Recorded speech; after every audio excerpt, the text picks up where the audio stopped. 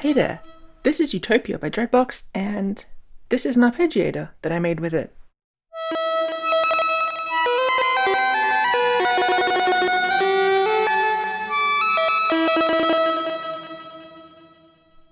It's pretty cool. So, yeah, I'm gonna just rip all the wires out and then patch this thing. So here is Utopia, completely unpatched. And we're going to change that, and we're going to make a cool one interval arpeggiator out of it, just by self-patching, using nothing else. Might be good to hear what the sound is before we do anything. So this is just a 1-octave mono voice from Minibrute going through the Korg NTS-1 to give it some delay and reverb.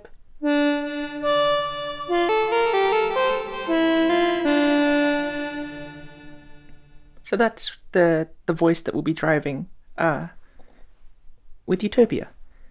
So let's, I guess, start by sending the pitch into Utopia. Let's just use input 1.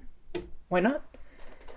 And let's just take an output from the mixer and put that back into our oscillator pitch.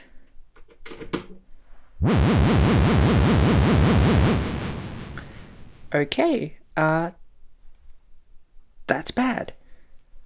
What's it doing? Well, it's attenuating our 1 volt per octave signal, and then it's summing that with a constant value, nothing, and the LFO after it's gone through an attenuator. They go down these columns, and then they get summed up in this mixer and sent out the output. That's not an arpeggiator. But we can make it an arpeggiator using this pulsarizer thing. So let's take out our root pitch and let's put it in this input, which means that we'll only hear the root pitch because it's overriding the LFO. The LFO comes from here, goes up into this input, and then goes down into the mixer, and we're overriding its input with our input pitch signal. So let's just put that there. Because we don't want the actual raw LFO wave, we want to process the wave and then feed it back into an attenuator and then have that mixed into the output.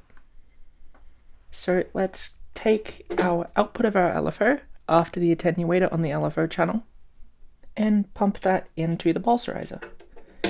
By default, it takes its input from the mixer and then it just compares it to some voltage that you set and then outputs whether or not it's bigger than that voltage.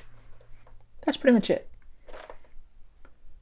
We can take the output of this and pipe that back into another channel,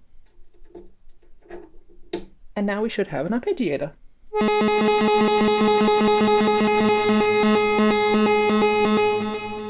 We have our input signal being added with the output of our pulsarizer after it's gone through this attenuator. So that's cool, but how can we add some modulation to this that makes it more expressive to play on this little 1-octave keyboard on the Minibrute that has pressure sensitivity?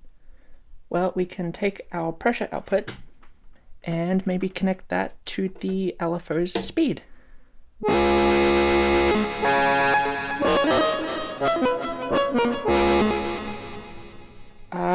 Maybe not.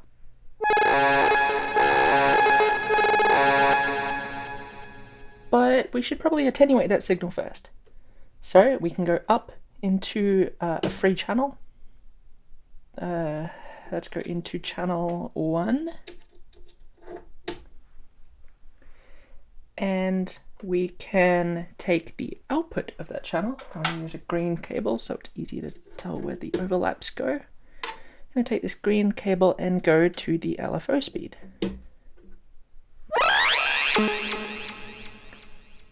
And I'm going to turn the LFO speed right down.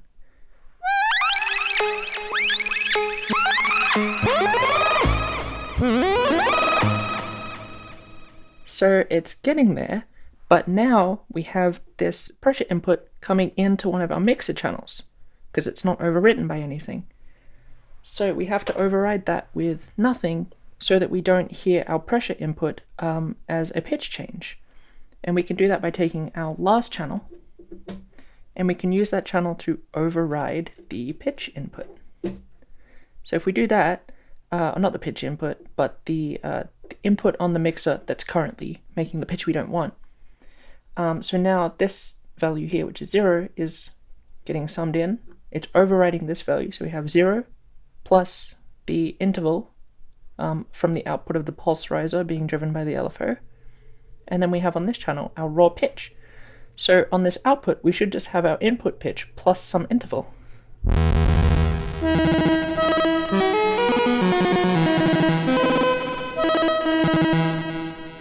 And that seems to kind of work.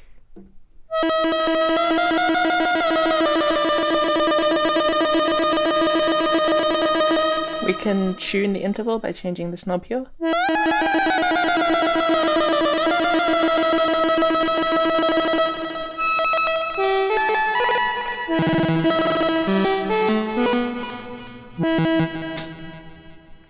And we can, the harder we press, the faster our little arpeggiator will go.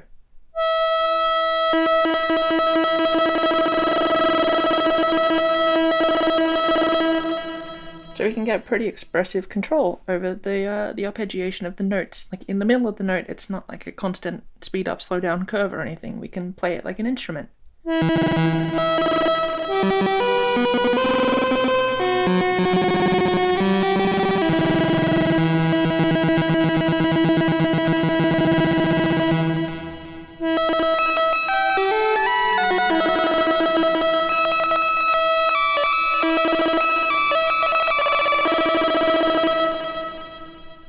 That's pretty cool.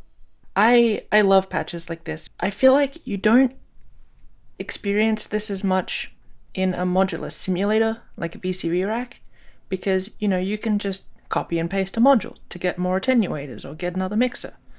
Whereas in hardware you actually have to squeeze every single possible channel out of what you have, and I think that's really cool.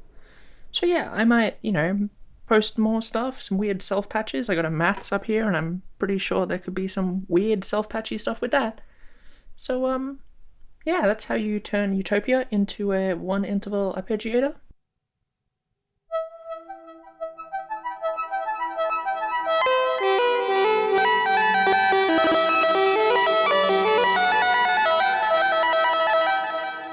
So I've just patched it into nano rings here.